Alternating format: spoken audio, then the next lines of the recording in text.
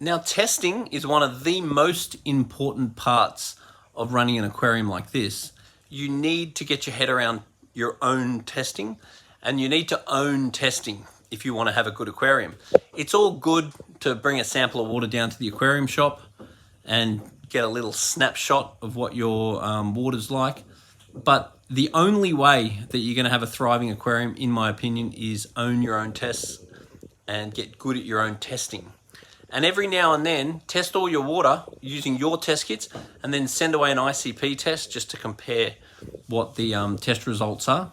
So you make sure that the way you test is actually accurate. So the other thing with testing is that some brands of tests are really easy to test, but they're not very accurate. And other tests are a complete pain in the ass to test. And some of them can be quite accurate. And then other tests are sort of in the middle. So myself, I like the JBL test kits. And that's because they're relatively easy to test and they're relatively reliable. Now, they're never the case where they're completely reliable, because as far as scientific equipment is concerned, these are just toys. So the best thing to do is do a test regime that you're actually going to do, because there's no point getting all these fancy test kits and then never testing them. Because what I see as a generalization, full-on keen reefers, they get good quality test kits and they actually test. As far as beginners go, they either get cheap test kits and they actually use them, which is debatably better than nothing, or they get really good tests that are very hard to test and they never actually use them. As in, I look in their cupboard and they're brand new, they haven't even been opened. So if you just do your tests however you do them, send away an ICP, get an idea of how accurate your testing regime is. But once again, you need to find something that you're actually going to do. Now, when you first get a new tank, you tend to keep a logbook. So there's lots of good apps available that you can rely on. And then over time, you get it in your head and then you feel like you don't need the logbook anymore. And while you're still keen and while you're still actually doing it, maybe you don't. But then over time, you get a little bit complacent, get a bit lazy. And that's when the logbook is really good again. Because you're like, oh, I tested the water last week. But actually it wasn't last week. It wasn't even the week before that or the week before that, because time goes so damn fast that unless you write things down, you really don't have a damn clue when you do things. And ultimately, an aquarium like this, the way it runs, is there's 8 rules, which you can learn on Majestic Aquariums TV, the 8 aquarium principles. You've got to follow those principles. Then it all comes down to how well your aquarium runs next month is due to what your water quality is like now. How well your aquarium runs now is due to what your water quality was like last month. That's basically exactly how it goes, unless you break any of the 8 aquarium principle rules, in which you're stuffed either way. Now, these red sea lights are really quite good. And all the lights these days come with app conductivity or connectivity. And people get very fancy with all of their different light settings. And most of them, in general, are a big load of crap. At the end of the day, what I want to see is a slow ramp up to 100% for a period of time and trying to focus on your blues.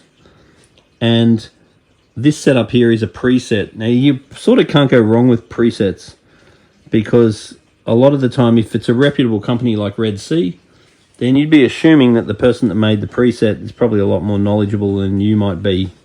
So going with a preset, you pretty much can't go wrong. And the other thing I'm big on too is you get the right lights for your tank. Therefore, you do need them running at 100% for a period of time. So if you go getting lights that are correctly sized for the tank, and then you follow some stupid online pattern to supposedly give you the best color or the best pop, and the lights are not run on 100% for a period of time, then your corals can struggle. In saying that, if your lights are too powerful for your tank and you go running them all on 100%, then you can get various problems as well. So running with a preset, you can't go too wrong. If I was going to make any alterations here, I would probably have a period in the middle of the day where I'd like to see a little bit more white in it. But any changes you make to your lights, you want to make the change, and you're better off making it gradually. So change it a bit if you decide to. Then wait a couple of weeks, then change it a bit more, then wait a couple of weeks. And also understand that you're never going to make everyone happy. So it is important to know what are the corals that are most valuable to you, and to slowly alter light settings to ensure those corals are happy. Like, for example, a coral like a Duncan normally doesn't necessarily receive direct light. So if you start pumping your lights up to make your acroporas happy, you may find there's not enough light, there's too much light for the Duncan, in which you might want to go and put it somewhere that's a little bit more shaded. But once again, there is no situation where you're going to make all of them happy. The reason being is that some corals come from shallow bays where there's lots of light, not as much water flow. Other ones come from areas where there's heaps of water flow and not as much light. You sort of can't win them all. So you've got to just look at the way your tank reacts to any changes that you make, and it's best to make them slowly and monitor the change. Also, you've got to be aware that some corals are just easier to look after than others. So this tank in general, the corals are relatively hard to look after. Things like zoanthus, corellas, fluffies, leather corals, they're all your much easier things to keep. Then we rate our corals at Majestic Aquariums as a 1, 2, or a 3. So a 1 is something like a saprophyton, something like a corella, something that's really a zoanthus, something that's very easy to keep. Then a number 2 would be something more like these sinularas. They often go well, but not always. Then a number 3, acroporas are more what we call 3. Hammers are more of a 2. Gonnies are more of a 3. So as a generalization, the corals in this tank are harder to keep corals.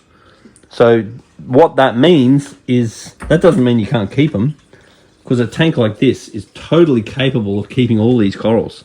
But stability is the key. So this tank has good lights, this tank has good water flow, and it has a dosing pump. So it has everything it needs, so everything else comes down to you. If you run the tank the way it's supposed to, there's no reason why you can't keep all these animals. If you don't, and you go through a phase where you're a bit busy, maybe you're a bit lazy, then you're really better off gravitating towards easier to keep corals. So that's just something that you need to bear in mind. So this tank has lost its fish due to not following the 1 month rule. But now that it has lost its fish due to not following the 1 month rule, it's really important to leave this aquarium for 4, if not 6 weeks before thinking about adding new fish. Because when the fish die off, they often release pathogens into the water. Those pathogens will often go and reduplicate on a hard surface and then come back looking for a new host. So if you lost your fish and 2 weeks later you go to put some new fish in, chances are you're going to get white spot and lose those fish too. So you need to, if you lose your fish, or if you have a major problem with your aquarium, you wait a full month, then you can think about adding more fish. Now, every time you do a water change, it's really important to use a gravel cleaner, because the gravel cleaner is going to pull all the crap out of the gravel while you're doing the water change. And it's really normal, particularly in a new tank, and you get this light brown all over the gravel. So having plenty of animals that stir that up is a really good thing. So sand sifting stars, strom shells, turning it over is actually really great. Then the other thing is trying to reduce your silicate intake. So if you put tap water anywhere near your aquarium, you'll get heaps of silicates in it. And a lot of natural seawater has silicates in it. So you can get a JBL silicate test, for example. Just find out what your silicate is. That'll give you a guide. But that isn't really true either, because if your whole tank's got brown in it, all the silicates will be getting stored and used. So if you use RO water for your top-up, you're going to reduce the silicates going in. And if you use RO water to mix up your salt, then you're going to reduce the silicates going in. So if you can get rid of this light brown, then that's a good thing. And reducing your silicate intake is one way of getting rid of the light brown. If you do get desperate, there are products like Dino X that you can use just to kill it off. if you are going to use Dino X, it is important you do that in concert with trying to reduce the silicates and with some decent sized water changes. Now, the other thing is that as UV sterilizer is also a very good thing for a lot of this. Because a lot of these algae, you'll actually notice that they're better or worse in the morning or the night. So they just seem to disappear sometimes and come back sometimes. And if you have a UV sterilizer, then those little spores that are in the water have a chance to go through the UV and get killed. So having like a decent size UV with a very slow flow rate is another good way of reducing the brown or even the cyano, which is your blue-green gross algae. If you get cyano, the best thing to do is just suck it right out. Instead of trying to deal with it, you just remove it. The dino is harder to get rid of than cyano, because cyano is just going to siphon the whole patch of algae out. With the dino, you'd have to siphon the sand out to do that. So trying to get something to turn the sand over is good. A nice big powerful UV is going to be good. And then also being aware of what's called old tank syndrome. So this is a new tank. But when you've got these rocks, I mean, this is a very, very nice aquascape. So this, there's very nice rocks and it's very well scaped. It looks very good and there's lots of places where the corals can go. There's tunnels and it looks very, very nice. The only thing to be aware of over time is it does have a lot of big rocks on the sand, which means under those rocks over time will be a whole lot of crap. So over a period of years, it's not a bad thing to just every now and then to consider doing a spring clean. Now, spring cleans have advantages and disadvantages. The disadvantage is that you are disturbing the aquarium. The advantage is the amount of crap that you get out. When you do a spring clean, you'll find absolutely shocking. It is unbelievable how much crap gets under there over a period of years.